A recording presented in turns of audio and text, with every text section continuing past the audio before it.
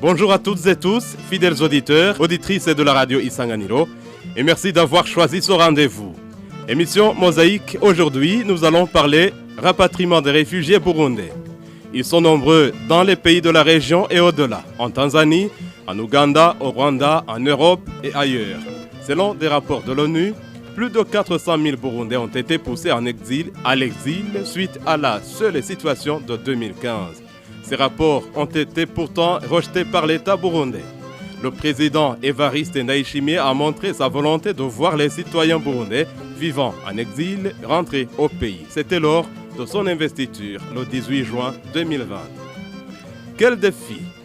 Tous les réfugiés burundais pourraient-ils retourner tranquillement sans craindre quoi que ce soit une fois arrivés au pays? Y aurait-il certains qui sont toujours déclarés ou considérés comme persona non grata dans leur propre pays? Quels avantages si les réfugiés burundais pouvaient rentrer? Et bien d'autres interrogations probablement. Trois invités sont avec nous sur le plateau. Chantal Hatungimana, vous êtes la directrice du département chargé du rapatriement au ministère burundais de l'Intérieur, de la sécurité publique et du développement communautaire. Bonjour et bienvenue. Bonjour.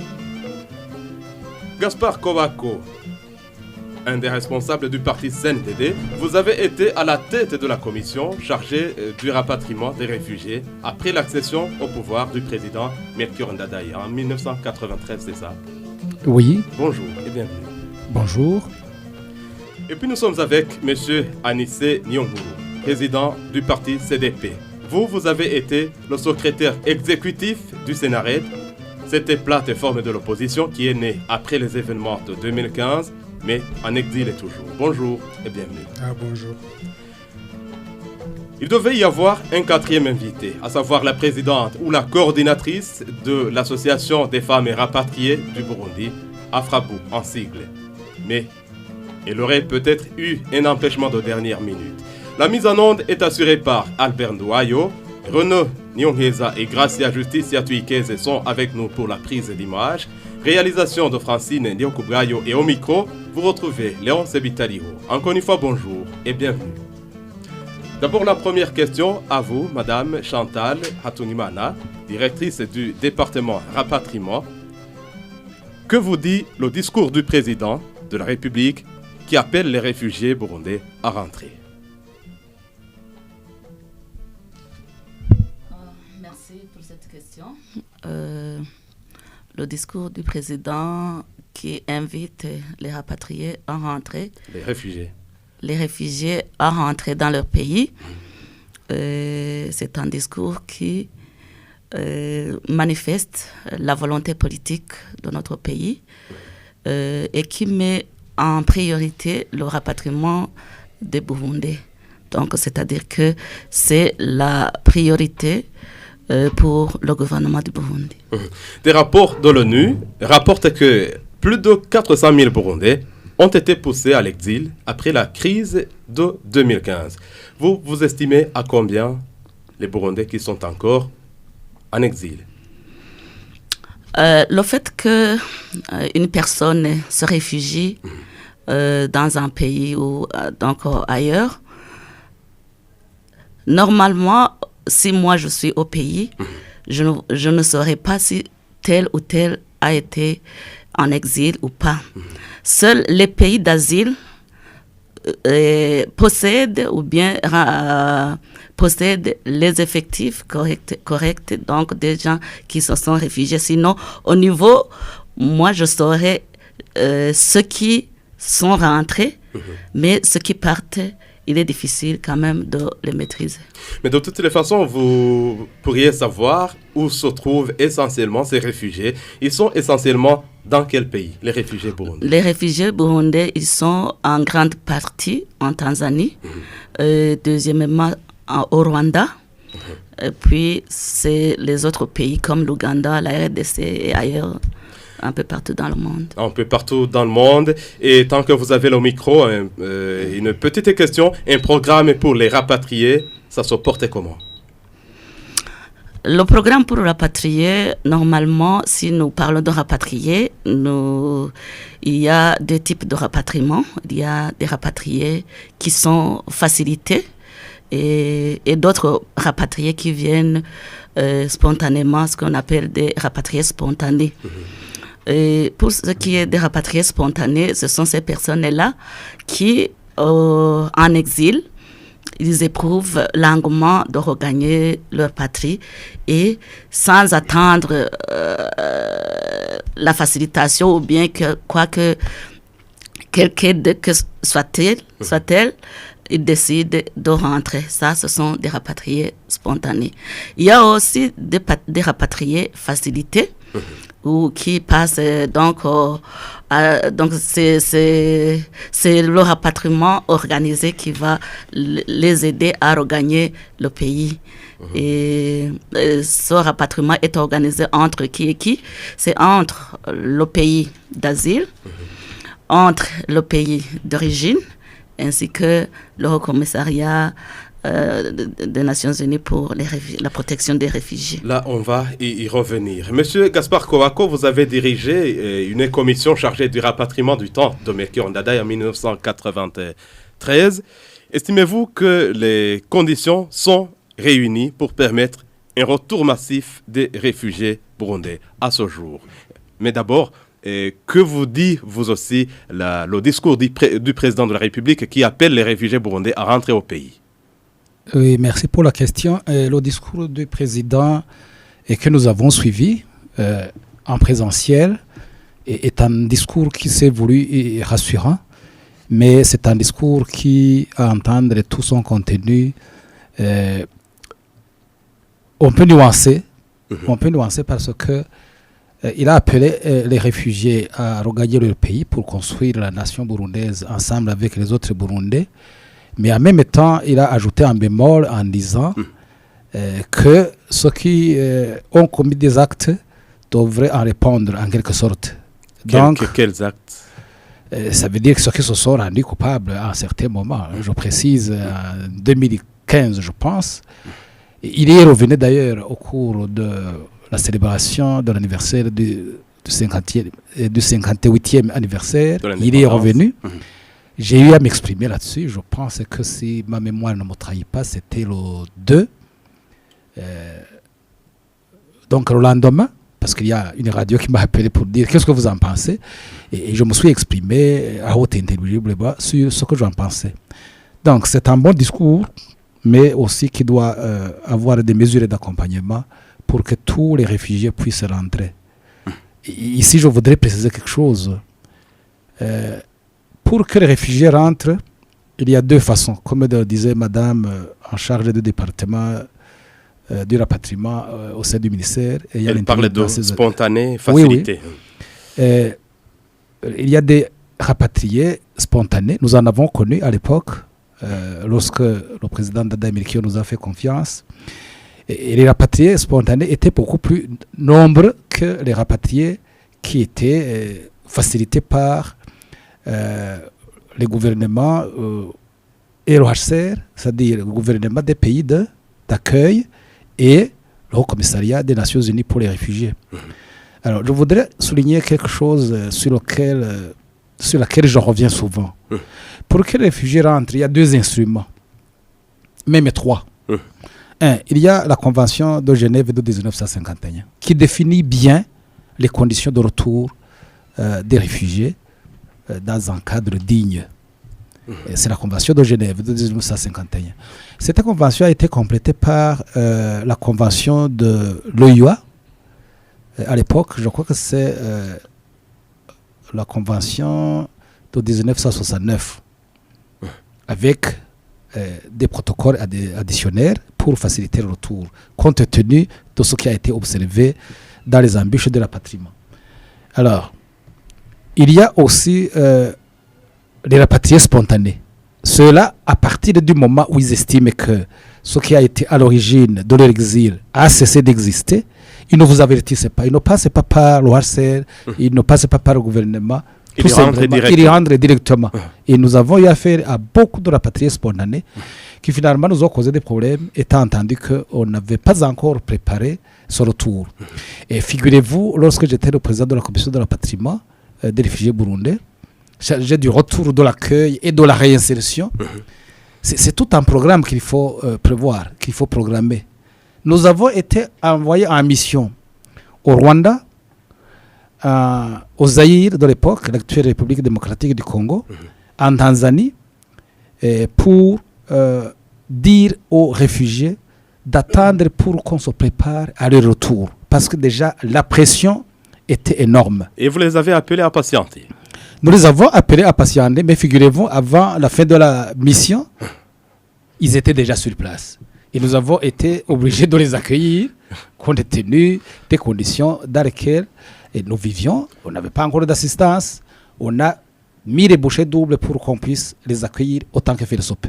Et nous l'avons fait. Et rapatriement spontané, rapatriement facilité, qu'est-ce qui est plus facile, qu'est-ce qui est mieux par rapport à l'autre? Bien entendu, c'est le rapatriement programmé parce que ça demande une préparation aussi morale, aussi physique, aussi matérielle pour qu'on puisse l'accueillir. C'est-à-dire, il y a tout un dispositif qu'il faut monter dans les centres de transit pour qu'on puisse les accueillir. Il y a ensuite des préparations en termes d'assistance, aussi bien matérielle, agricole que financière, pour pouvoir les accueillir dans leur famille d'origine, mais aussi pour pouvoir les réinsérer socio-professionnellement. Je vais revenir vers vous. Monsieur Anissé Nyonguru, du parti CDP, ça ne fait pas si longtemps que vous êtes rentré de l'exil. Vous avez été secrétaire exécutif du Sénarède, cette plateforme de l'opposition qui vit en exil. Et vous avez quitté ce Sénarède pour participer aux élections de 2020. Et vous avez eu des facilités peut-être pour rentrer. Pourquoi les autres responsables de cette plateforme de l'opposition ne rentrent pas au pays? Non, c'est une question de détermination d'abord. C'est une question de détermination parce que quand nous avons décidé de rentrer, nous avons été très bien combattus. Combattus par les collègues qui étaient avec moi, combattus par les autres réfugiés qui sont à l'étranger. C'était en Belgique? Non, moi j'étais en Allemagne, mais bon, le bureau était en Belgique. Alors, il y en a qui pensaient que les conditions ne sont pas vraiment réunies pour qu'on puisse rentrer. Alors, moi j'ai dit, parce que je suis d'abord politique, et j'ai dit, depuis 2010, l'opposition burundaise boycotte les élections. 2010-2015, et maintenant on va les boycotter encore en 2020. J'ai dit, je suis déterminé, je dois rentrer pour participer aux élections 2020, avec les gens qui me comprennent. Alors vous voyez, donc il y a eu un problème très énorme entre moi et mes collègues qui disaient que non, nous devons réunir toutes les conditions. Alors moi, parce qu'avant j'étais venu au Burundi pour rencontrer l'actuel président de la République, qui était en ce moment secrétaire général du parti CNDD-FDD, et qui était mandaté par le pouvoir pour rencontrer une délégation de l'opposition qui vient de l'étranger. J'étais venu avec Mamé Sebansoubieko. Je pense que le public nous a vus à la télévision. Mamé Sebansoubieko, il est en Belgique. Et il est retourné en Belgique. Oui, il est retourné. Bon, lui il travaille là-bas. Il m'accompagnait. Parce qu'il y avait une sorte de mésentente entre moi et mes collègues, entre moi et les autres réfugiés qui sont à l'étranger. Alors, après m'avoir assuré que la sécurité sera assurée, la sécurité des rapatriés sera assurée, j'ai dit c'est l'essentiel. L'essentiel pour moi, c'est la sécurité. Alors, il n'y a pas eu d'autres facilités. Hein. Il n'y a pas eu d'autres facilités matérielles, ni de facilités financières. Nous sommes venus, madame la directrice qui est à côté de moi, elle sait que nous avons été à son bureau pour demander plusieurs fois une assistance. Et elle a fait ce qu'elle a pu, mais c'était pas suffisant pour assister les gens qui rentraient. Et c'était un courage exceptionnel de voir les gens qui, à la veille des élections, prenaient le courage de rentrer alors que les autres Burundais prenaient le passeport pour s'exiler, pour échapper à cette période électorale qui était censée comme... Mais pourquoi cette division? Pourquoi cette mésentente entre des politiques qui vivent en exil? Vous avez pris l'option de rentrer et les autres prennent toujours l'option de rester là. Là où ils sont. Vous voyez, quand vous êtes à l'étranger, avant de prendre la décision de retour, il faut être rassuré. Il faut être rassuré, il faut que vous ayez une sécurité sûre au préalable, à l'avance. Et dès qu'au niveau intérieur, vous n'avez pas cette sécurité, vous ne pouvez pas rentrer. Parce que si vous êtes à l'étranger, moi je me promets très librement à Bujumbura et à l'intérieur du pays, seul, dans ma voiture, je n'ai plus de sécurité, je n'ai plus de policiers derrière moi. Et ça, c'est après avoir constaté que ce que j'avais dans ma tête, il y a une différence entre la conception quand on est à l'étranger et la réalité au Burundi. Donc les gens qui pensent que c'est aller se suicider, ils ne prennent pas l'option de rentrer. Donc ils attendent. J'ai dit en ce moment, quand je suis rentré, j'ai dit je suis comme une cobaye. Une cobaye comme un souris qu'on injecte en produit, en attendant qu'il meure ou qu'il vive. J'ai dit, cette fois-ci, la souris ne va pas mourir. Parce que j'étais un peu rassuré moi-même. Alors maintenant, et bien sûr... Mais qu'est-ce qui vous rassure, qui ne peut pas rassurer les autres qui restent encore en exil? C'est d'abord une conviction personnelle. Oui, parce que là, il y a le courage. Tout le monde n'est pas courageux au même niveau. Tout le monde n'est pas courageux au même niveau. Quand vous êtes courageux, vous dites, OK, je suis un homme politique, j'ai des militants aussi à l'intérieur du pays, je vais vivre comme ils vivent. Alors c'est une option. Il y a d'autres qui disaient, c'est moi. Alors si je ne suis pas personnellement rassuré, je ne rentre pas. Alors c'est pourquoi je dis, comme vient de le dire l'orateur précédent, il faut que les gens soient rassurés de leur sécurité. Bien que nous, on n'est pas inquiétés, tous ceux qui sont venus avec moi ont eu la sécurité à 100%. Ils se promènent à pied. Et 2 mois après, ils se promènent à pied dans tout Bujumbura. À l'intérieur du pays, ils n'ont aucun problème. Vous voyez, c'était des jeunes qui avaient manifesté en 2015 qui sont venus avec moi. Et ils ne sont pas inquiétés. Et c'est extraordinaire. Jusqu'aujourd'hui, personne n'a été inquiété. Personne alors. Il y a un papier qu'on nous donne à la direction générale du rapatriement. Et là, quand vous avez ce papier-là, c'est comme un laissez-passer. Et quand vous êtes même, si on vous arrête quelque part et puis vous dites, voilà, je viens de me rapatrier, c'est comme c'est un code, comme l'administration, la police et tout, ils se sont entendus qu'il ne faut pas gêner les rapatriés. Et ça, c'est extraordinaire. Et pour moi, c'était important de voir que même les jeunes qui étaient connus comme ayant manifesté en 2015, qui étaient venus dans notre équipe, ne sont inquiétés en aucune manière. Et c'est important. Donc, je dis, les Burundais qui sont à l'étranger ont vraiment peur. Donc, il faut arriver à les joindre et à leur expliquer que... Et tant que vous avez le micro, estimez-vous, en peu de mots, estimez-vous que les conditions soient réunies aujourd'hui pour que ces Burundais vivant en exil puissent rentrer? Pour moi, en tant que nouvellement rapatrié, j'estime que les conditions sont remplies. Alors, je demande à mes collègues et à mes amis qui sont encore à l'étranger de penser à retourner au pays. Et je pense que la sécurité qui a été, dont j'ai bénéficié, peut être aussi bénéficiée par ceux qui sont derrière moi. Permettez que je passe de nouveau le micro à Madame Chantal Hatungimana, directrice du rapatriement. C'est peut-être la même question. Est-ce que toutes les conditions sont réunies aujourd'hui pour que les réfugiés burundais puissent rentrer? Ils sont partout dans le monde. Pour cette question, la réponse se retrouve d'abord, premièrement, au niveau de la loi. Au Burundi, il y a d'abord le droit burundais, au niveau de la Constitution, notre Constitution. Il y a l'article qui dit que le réfugié, donc tout citoyen, peut s'établir n'importe où. Il peut sortir du pays quand il veut et revenir. D'abord, il y a cette loi-là qui donne la liberté à toute personne de revenir quand il voudra.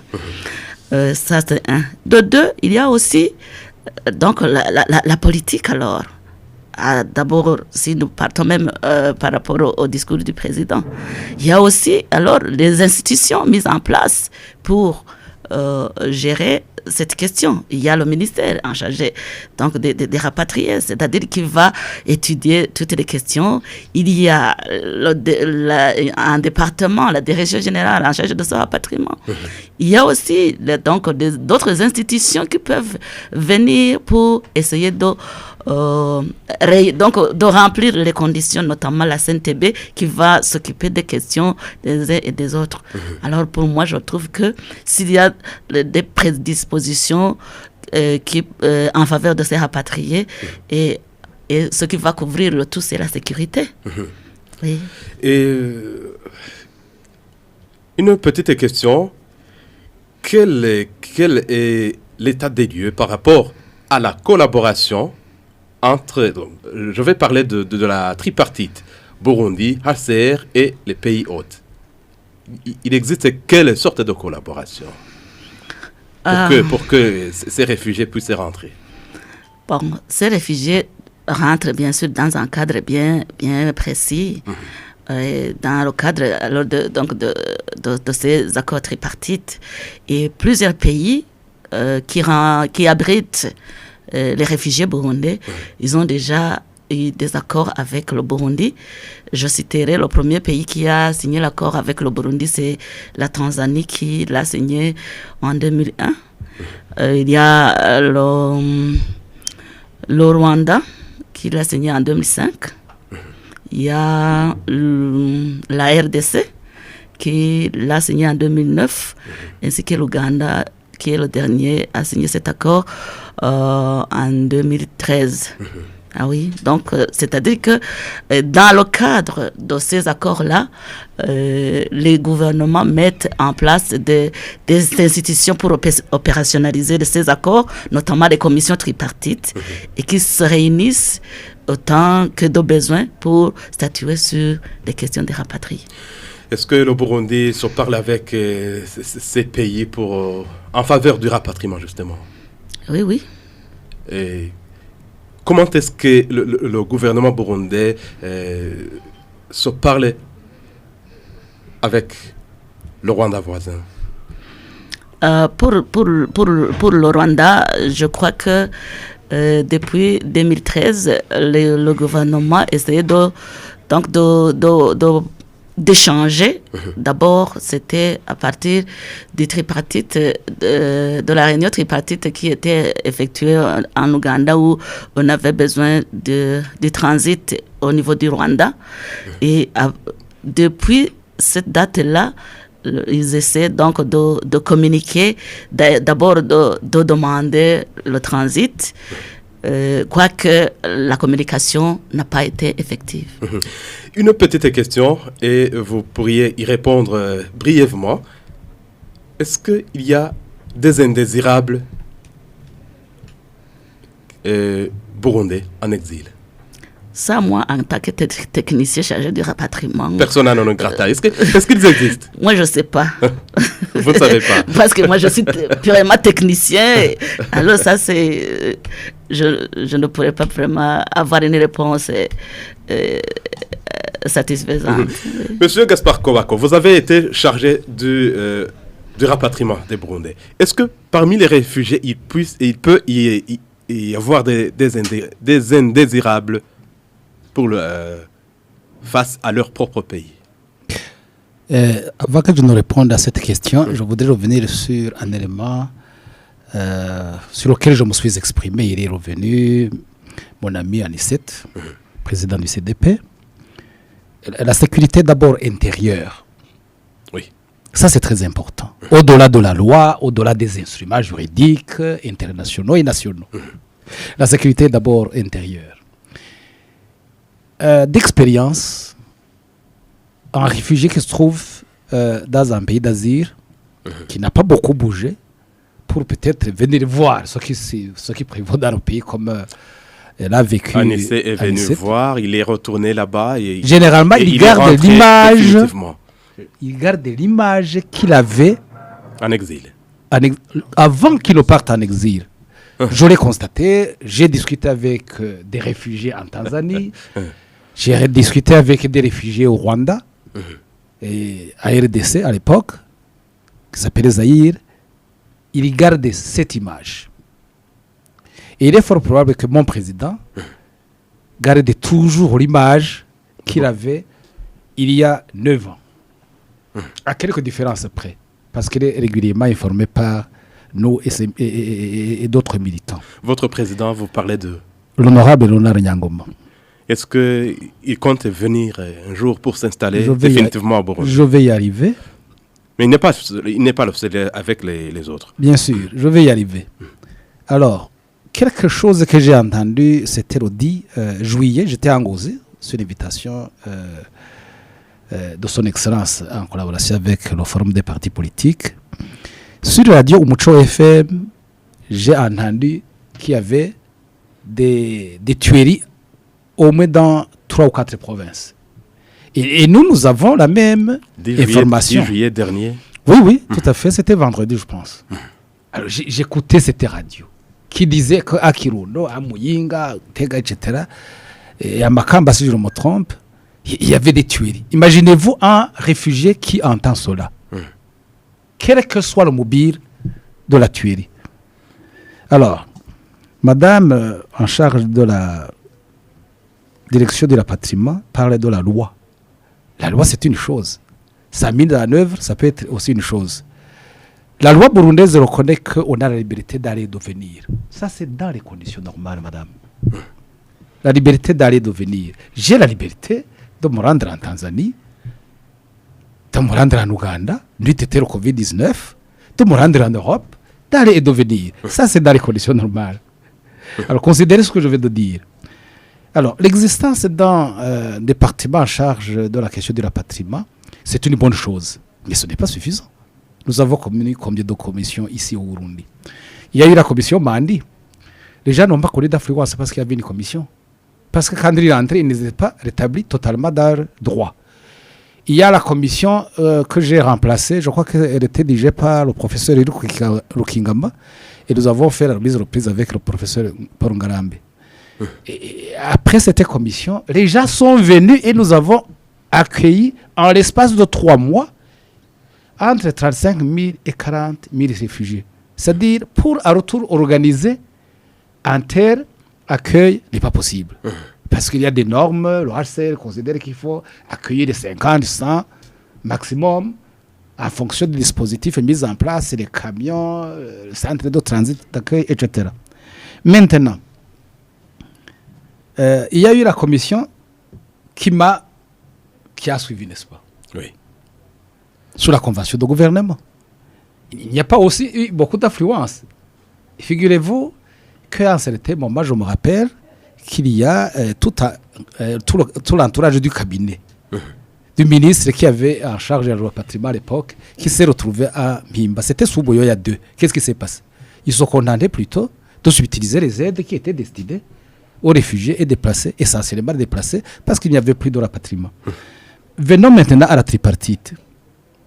Il y avait une tripartite, Burundi, pays hôte. Cette tripartite fonctionnait simultanément et en même temps.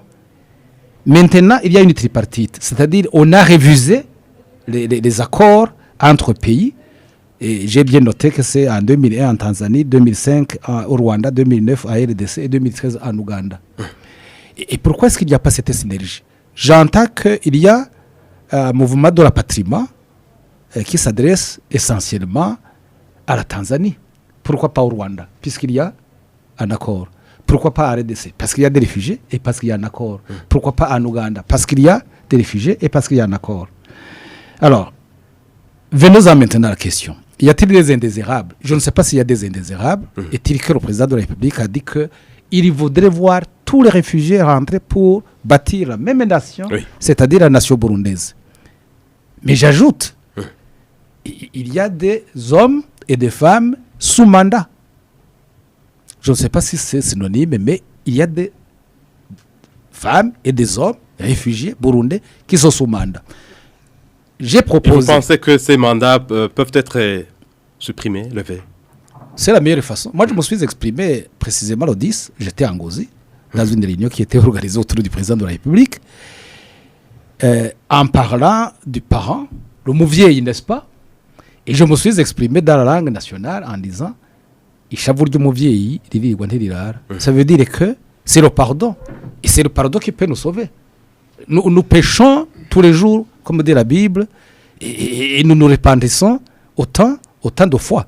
Ça veut dire que si ces mandats ne sont pas levés, les gens vont considérer que ce sont des personas non grata ici au pays. Et oui, je pense que c'est la meilleure façon. Parce que le président a ajouté, si vous avez péché, étant un enfant, n'est-ce pas, on peut vous pardonner. Mais quand vous l'avez fait, sciemment, étant adulte, attendez-vous aux conséquences. Ça dit ce que ça dit. Je pense que c'est clair. Alors, je ne sais pas s'il y a des personnes indésirables. Et pour vous, alors. Et ça constitue une barrière. Faudrait-il des préalables? C'est ce que vous dites? Moi, je pense que si on lève ces mandats, c'est déjà pour être rassuré. Et ces personnes représentent d'autres, figurez-vous. Oui. Nous avons exprimé, par exemple, le souhait, c'était le 15 février de cette année, le souhait de voir notre président rentrer pour animer le parti. Hein? N'est-ce pas?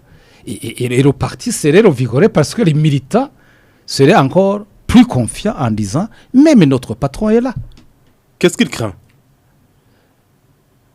Il craint ce qui a été à l'origine. Mais vous êtes au pays, M. Kobako. Je suis au pays. Vous voulez que je vous réponde? Il y a des responsables politiques, des anciens dignitaires qui ont dit quoi qu'il arrive, je ne quitterai jamais ce pays.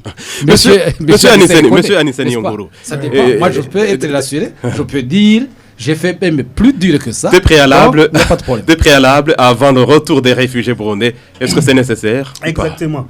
Parce que vous m'avez posé une question tout à l'heure de savoir si les conditions sont remplies. Ce sont les conditions de sécurité à l'intérieur, ici.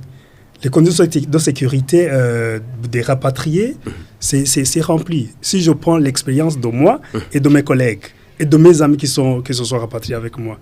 Mais ceux qui sont à l'étranger, ceux qui restent encore à l'étranger, il y a des préalables, bien sûr. Il y a des préalables parce qu'il y a cette préparation morale et psychologique de nos réfugiés qui ont peur pour dissiper un peu leur peur. Ça, c'est un. Deuxièmement, il y a aussi cette catégorie des réfugiés politiques, profondément politiques, des acteurs politiques, des responsables politiques qui étaient bien sûr avec moi au Sinared et dont certains ont encore ces mandats d'arrêt internationaux. Ces mandats d'arrêt internationaux, c'est vraiment une barrière, c'est une forme de barrière de blocage des leaders politiques qui sont à l'étranger de revenir. Et c'est une préalable. Et les préalables, c'est quoi? Je dis, et maintenant, le nouveau gouvernement, on l'a appelé les temps vieilles. C'est-à-dire, c'est le père, c'est vraiment la mère, père, les parents de cette nation, et qui ont des enfants. Et quand vous avez des enfants, vous pouvez avoir des bandits, vous pouvez avoir des malhonnêtes, vous pouvez avoir des idiots, tout ce que vous... Parmi les enfants, chacun a son tempérament, chacun a son caractère. Il peut commettre une bêtise, mais en tant que parent, vous ne pouvez pas enregistrer cette bêtise pour l'éternité. À un certain moment, vous dites, OK, ça va, je laisse tomber cette bêtise-là, parce que cet enfant est nécessaire pour la reconstruction de cette maison. Et tous les réfugiés burundais qui sont à l'étranger, que ce soit les réfugiés qui sont dans les camps de réfugiés, Tanzanie, RDC, Rwanda, Congo, et un peu partout dans le monde, plus les réfugiés politiques, les leaders politiques sur l'étranger, le Burundi en a besoin. Le président de la République a dit, pendant 15 ans, nous avons construit une plateforme, c'est-à-dire Umushinge, comme on le dit en Kirundi, une plateforme, et maintenant on va monter les piliers pour construire, il faut construire. Et dans la construction de notre plateforme, de notre base, qui est le Burundi, à l'état où nous sommes, nous avons besoin des experts de tout le monde, Burundais, nos compatriotes qui sont à l'étranger. Alors ces préalables-là, c'est les rassurer et en levant ces mandats, parce qu'en 2015, nous avons eu une débandade générale suite au troisième mandat du président de la République. Il y a eu une débandade générale. Et pendant cette débandade, il y a eu des réactions différentes. Certains ont réagi en manifestant, les autres ont réagi en prenant des armes, les autres ont réagi en courant, en fouillant. Il y a eu une débandade, même à l'interne du parti au pouvoir. il y a une débandade générale. Et maintenant, c'est en fait faire une sorte de reconstruction morale en revoyant un peu ce qui a eu lieu en 2015 et dire maintenant on laisse tomber. Comme le pouvoir a dit, nous pardonnons tous les jeunes qui ont manifesté, ils peuvent revenir, il n'y a aucun problème. Ça, c'est important parce que je suis revenu avec des jeunes qui ont manifesté et qui sont en paix au Burundi. Et maintenant, il faut pardonner aussi tous ceux qui ont fait des réactions diverses, bien sûr plus violentes que les manifestations. Il faut pardonner et dire, voilà, maintenant on reconstruit notre nation, les mandats, on laisse tomber. Il y a beaucoup de procédures pour laisser tomber ces mandats, pour rassurer nos compatriotes, nos leaders politiques qui sont à l'étranger, pour qu'ils rentrent en toute sécurité. Sinon, il y a M. Gaspard Kobako qui parle de retour massif des réfugiés en 1993. Est-ce qu'on peut assister à ce retour massif aujourd'hui? Et aujourd'hui, où on est en train d'assister au changement des institutions. 2020, ce n'est pas une année comme les autres. Ces institutions de l'État, il y a le président de la République, le gouvernement, l'Assemblée nationale, le Sénat, tout est en train d'être changé. Et est-ce qu'on peut s'attendre à un retour massif de la population vivant en terre étrangère aujourd'hui? Moi, je pense que ce n'est pas évident. Ce n'est pas évident parce que, je dis, même si les conditions pour les rapatriés qui parviennent à arriver au Burundi sont rassurées, donc sont remplies les conditions de sécurité, mais les conditions morales de ceux qui sont encore étrangers ne sont pas encore remplies. C'est pourquoi il faut créer une condition, pas tripartite comme on dit, mais une condition mixte à l'intérieur du pays, comprenant les hommes politiques, comprenant les acteurs politiques, la société civile, l'administration, pour aller les rassurer. Sinon le seul changement des institutions et vous voyez, il faut suivre les réseaux sociaux, c'est le même parti, voilà, donc c'est pas encore changé comme... Vous voyez? Alors, il y a beaucoup de considérations qui font en sorte qu'il peut ne pas y avoir beaucoup d'engouement s'il n'y a pas des personnalités politiques, société civile, et tout ça, et qui puissent aller les convaincre pour les rassurer, pour qu'ils rentrent. Parce qu'en 93... Mais qu'est-ce qui manque? Ces institutions qui sont là, est-ce qu'elles ne peuvent pas se rendre dans le pays hôte de ces réfugiés, où vivent ces réfugiés, pour les convaincre et les rassurer? C'est ça que nous attendons. Mais une commission, pas seulement le gouvernement, pas seulement les envoyés du gouvernement, il faut que les acteurs politiques s'y investissent. Il faut que nous qui sommes rentrés récemment et dont certains sont venus des camps de réfugiés de Mahama au Rwanda, de Nakivale en Ouganda et des camps de réfugiés de la Tanzanie et qui connaissent bien leurs compatriotes et qui peuvent dissiper leur peur, soient associés pour que nos compatriotes soient rassurés. Même s'il y en a qui demandent personnellement de retourner. Et puis surtout, je m'excuse un peu, l'accueil que le pouvoir nous a réservé, et nous qui sommes récemment rapatriés, bien que le HCR à Genève en novembre, vers début décembre, je sais, il y a une réunion pour dire les rapatriés spontanés et les rapatriés, c'est pas organisé, doivent être accueillis de la même manière dans leur pays. Est-ce que vous pensez que ceux qui restent encore en exil, les autres responsables du Sénarède peuvent bénéficier d'un accueil que vous avez eu ici à Bujumbura? Sécurité, c'est bon, mais bon, je ne sais pas, mais il faut qu'ils soient rassurés d'abord. Ils peuvent bénéficier de la sécurité que moi-même j'ai bénéficié, mais il faut qu'ils soient d'abord convaincus et que ces mandats-là soient levés pour qu'ils reviennent en toute sécurité intérieure. La sécurité intérieure, très importante pour le retour avant la sécurité physique. Madame Chantal Hatungimana du service rapatriement, est-ce qu'un retour massif des réfugiés burundais est possible aujourd'hui? Normalement, le rapatriement, le retour d'un rapatrié est volontaire. moi, en tant que chargé du rapatriement, je ne pourrais pas dire qu'il y aura un retour massif, alors que chaque personne rentre par son consentement mutuel, donc personnel. C'est-à-dire que c'est le rapatrié, c'est le réfugié qui se sent à son fort intérieur tranquille, apaisé et rassuré et qui va rentrer. Alors, en tant que chargé de rapatriement, je ne pourrais pas programmer un retour massif. Non. Et il y a M. Anissé qui parle de mandat. Il y a des personnalités qui sont encore sous mandat. Est-ce que ces mandats peuvent être levés? Moi, je crois que j'ai bien répondu. Je ne serai pas la personne habilitée à prononcer qu'un mandat sera levé ou pas, ou bien qu'une personne est non grata ou pas. Non, ça serait vraiment mentir. Et qu'est-ce qui aurait alors, constituerait un obstacle à ce retour massif des réfugiés? Et serait-ce le manque de volonté pour ces réfugiés? C'est ce que vous allez dire. Bon, d'abord, pourquoi tu veux un retour massif?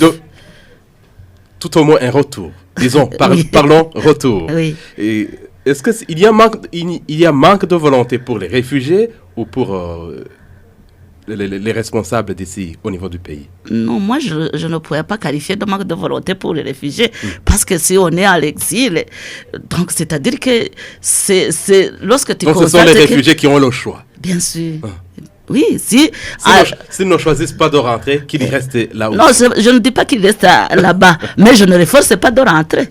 Non, je ne les force pas de rentrer. Je vais attendre à ce qu'ils vont se sentir mieux. Je vais travailler au niveau de l'intérieur du pays. Je vais accueillir les autres qui vont venir comme je le peux pour que ça pourra peut-être lui influencer ou le stimuler. Je ne sais pas. Mais je ne pourrais pas le forcer, dire qu'il a la mauvaise volonté, le juger, le critiquer. Pas du tout. Ouais.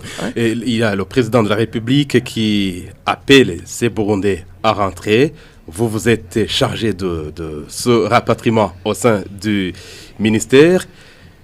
Est-ce qu'il y a une échéance, un délai que vous pouvez donner à la population burundaise et dire d'ici telle année, on aura accueilli tel nombre de réfugiés? Bon, normalement, au niveau du rapatriement, sachez que le rapatriement, d'abord, c'est un processus qui date de 2017 pour le rapatriement organisé et facilité. Toutes ces années, nous avons accueilli des rapatriés facilités, même spontanés aussi.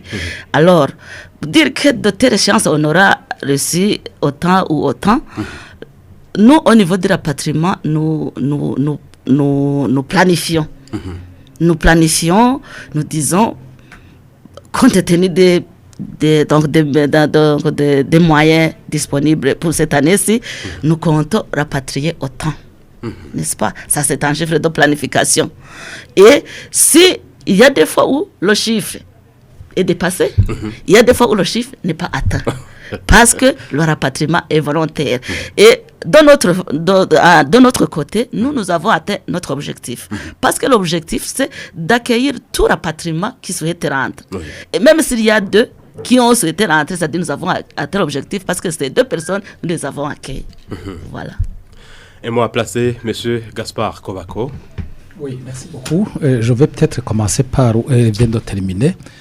L'objectif sera atteint à partir du moment où tous les réfugiés burundais qui le désirent, bien entendu, auraient été sur leur sort. Parce qu'il y en a qui le désirent, il y en a qui peut-être ressentent encore de la peur parce que la paix est intérieure.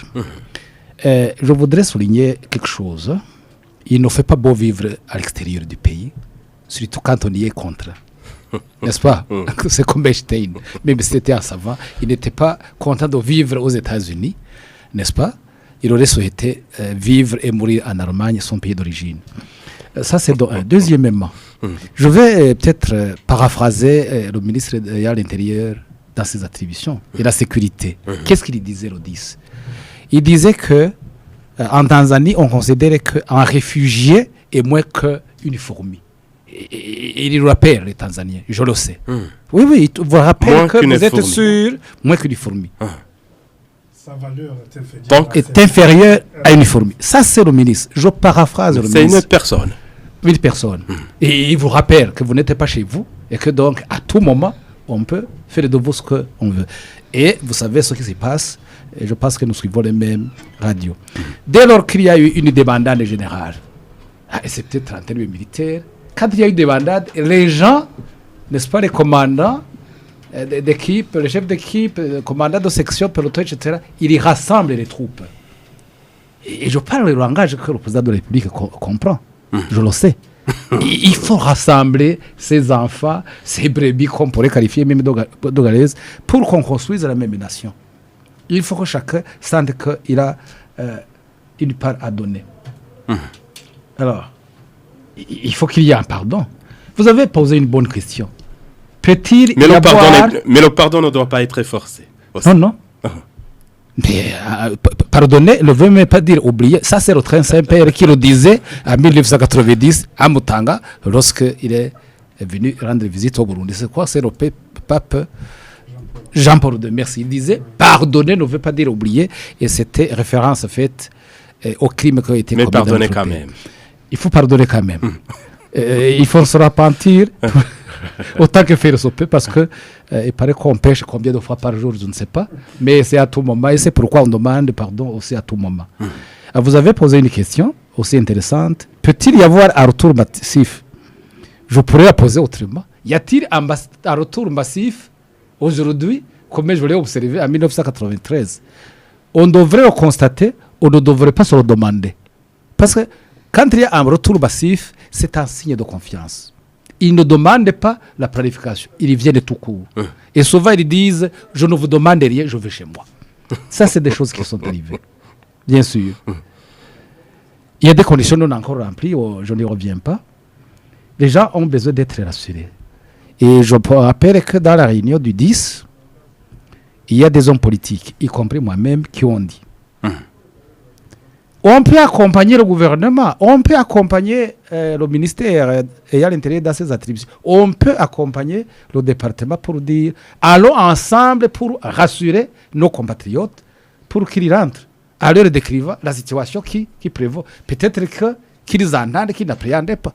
Ça peut être l'un des préalables donc. Vous, les politiques, accompagner le gouvernement. Ce n'est pas une exigence. C'est une proposition. C'est une proposition. Parce que nous connaissons à une certaine période où des membres du gouvernement sont allés forcer des gens à rentrer. C'était en Tanzanie, j'ai la lettre, voyager en Arsenal, où le ministre qui avait en charge le rapatriement à l'époque, c'était le ministre Libéré Barrounieletse, il est allé avec 3 voies de solution.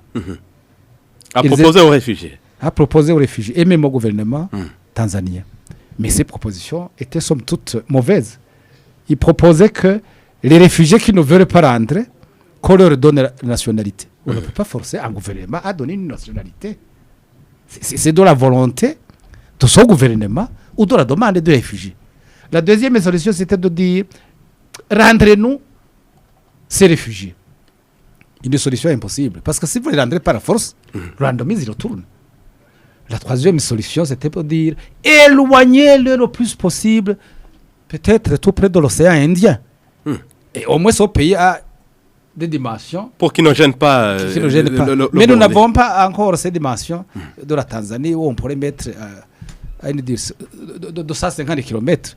Parce que les réfugiés congolais qui viennent ici, pour la plupart, donc, aucune de ces propositions n'est possible aujourd'hui pour le Burundi. On ne peut pas poser de mauvaises solutions. Alors, si vous forcez les gens à rentrer, c'est très important. Ça, c'est d'abord contre les instruments internationaux, la Convention de Genève, la Convention de l'UA, et c'est contre même la loi nationale. Oui, parce que nous accueillons aussi des réfugiés. Dès lors qu'ils ne sentent pas qu'ils sont en sécurité, que dans leur pays, il y a toujours de l'insécurité, ils ne rentreront pas. Et alors, des propositions qui seraient mieux pour favoriser ce retour des réfugiés? Moi, je pense que la meilleure proposition, la meilleure solution, c'est d'accompagner les gouvernementaux pour aller rassurer ces réfugiés, pour qu'ils puissent rentrer. Leur dire la vérité. et rien que la vérité. Dans ces pays de la région, en Oui, Europe et ailleurs. Oui, tout à fait. Alors, décrivant la situation qui prévaut au Burundi, comment nous avons pu vaincre la peur, mais aussi et surtout lever ces mandats. Ces gens ont besoin d'être rassurés. En voilà un qui a été rassuré parce qu'il a d'abord été ici au pays et puis il est retourné pour rentrer le sien. Je pense que cela devrait être... C'est comme ça. Et cette paix finalement intérieure devrait accompagner la paix nationale. Parce que aussi longtemps qu'il n'y aura pas de réfugiés, le Burundi n'aura pas à s'inquiéter. Parce que le comportement d'un réfugié, c'est exactement le comportement de quelqu'un qui est en guerre. Parce qu'ils se dit, je veux absolument rentrer dans mon pays. Et Si on est fatigué par exemple, souvent on est tenté de se suicider même. Il y en a d'autres qui renoncent. Parce que j'apprends aujourd'hui qu'il y a 10 000, je crois, réfugiés burundais qui sont proposés pour la réinstallation ailleurs. Ça veut dire que ceux-là ont déjà renoncé. Mais je vous dis, et je le souligne, il ne faut pas vivre dans son pays. Quelqu'un me disait, je crois que c'est un compatriote qui vivait au Canada, il avait des difficultés. Il a dit, rien ne fait bon vivre que dans son pays. Dans votre pays, il y a peut-être très peu de nourriture, mais c'est l'idéal de vivre dans votre pays. Parce qu'il n'avait pas la paix là où il était, là où il avait trouvé asile. Il est rentré, il est ici. des propositions de solutions, monsieur Anissé Nionguru. Merci beaucoup. Vous avez vécu l'exil ouais. et vous êtes rentré au pays. Quelle astuce? Je vais embrayer d'abord sur l'idée de mon ami Kovako. Moi, je vivais en Allemagne pendant 19 ans. Mais je ne me suis jamais senti chez moi.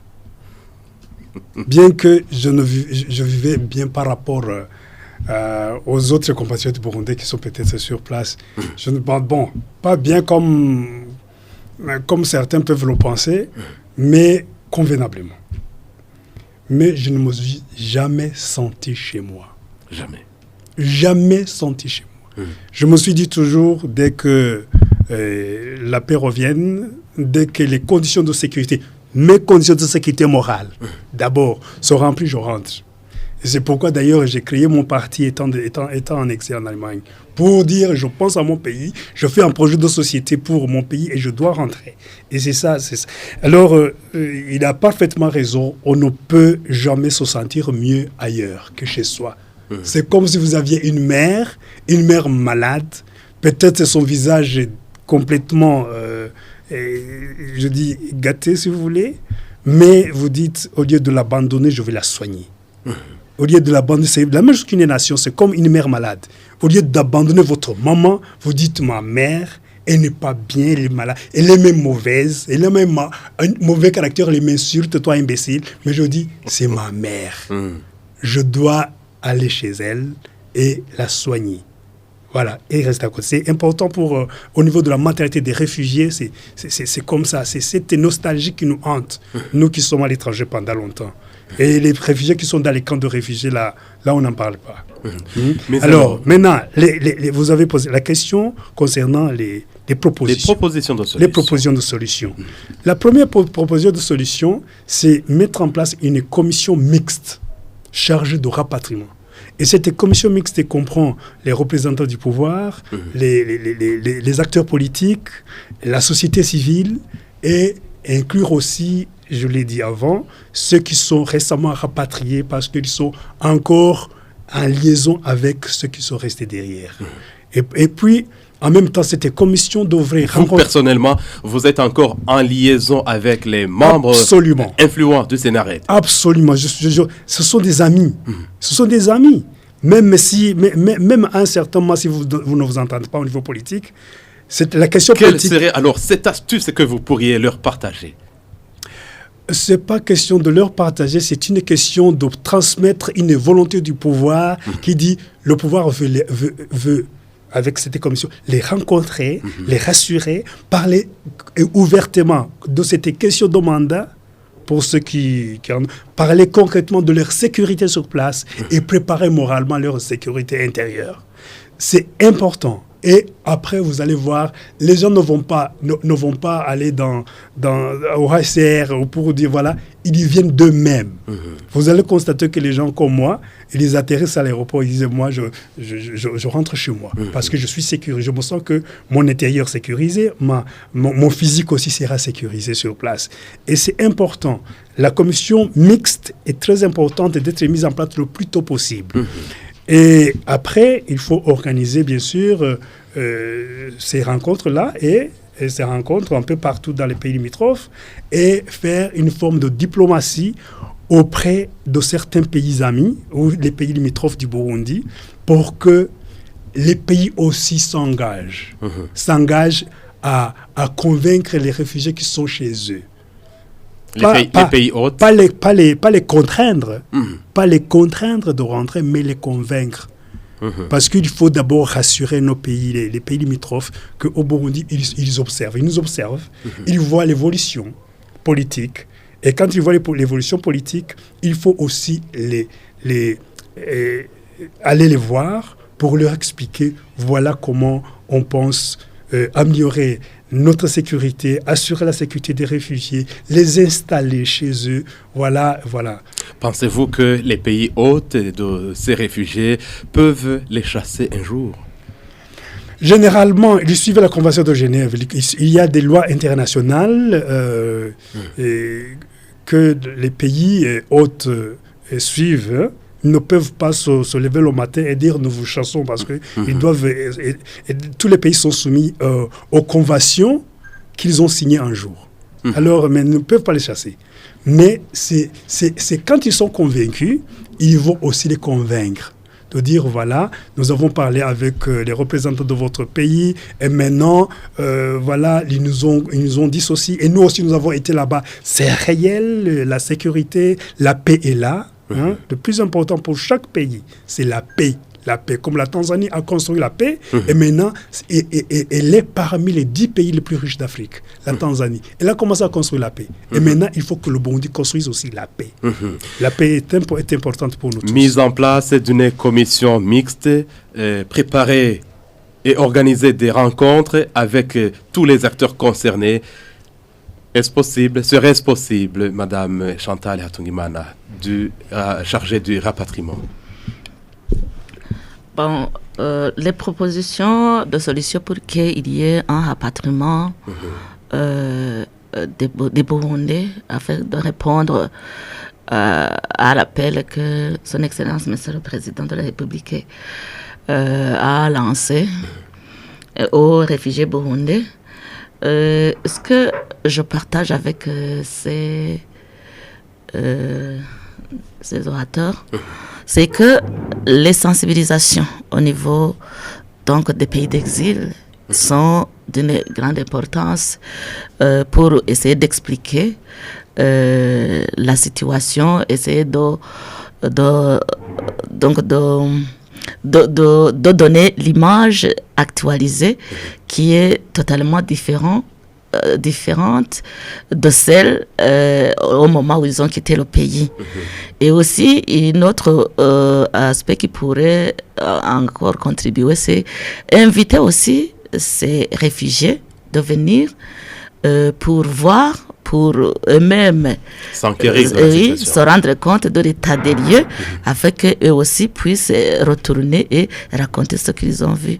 Je crois que ça pourrait aider.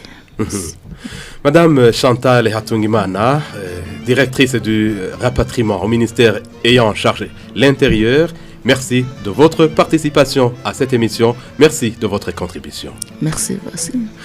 Merci à vous, Monsieur Gaspard Kobako. Vous avez été à la tête d'une commission qui était chargée du rapatriement des années 1993. Vous êtes aussi un des responsables du parti CNDD. Merci d'être venu. Merci de votre contribution. Merci beaucoup. Avec un souhait pour terminer, je souhaite que tous les réfugiés qui le désirent puissent rentrer, en commençant par l'honorable Nyangoma, qui est frustré depuis 9 ans, pour qu'il vienne apporter une pierre à l'édifice, c'est-à-dire à la construction de la nation burundaise. Merci. Merci aussi à vous, Monsieur Anissé Nyonguru, ex-membre et ex-secrétaire exécutif de la plateforme de l'opposition Sénarède.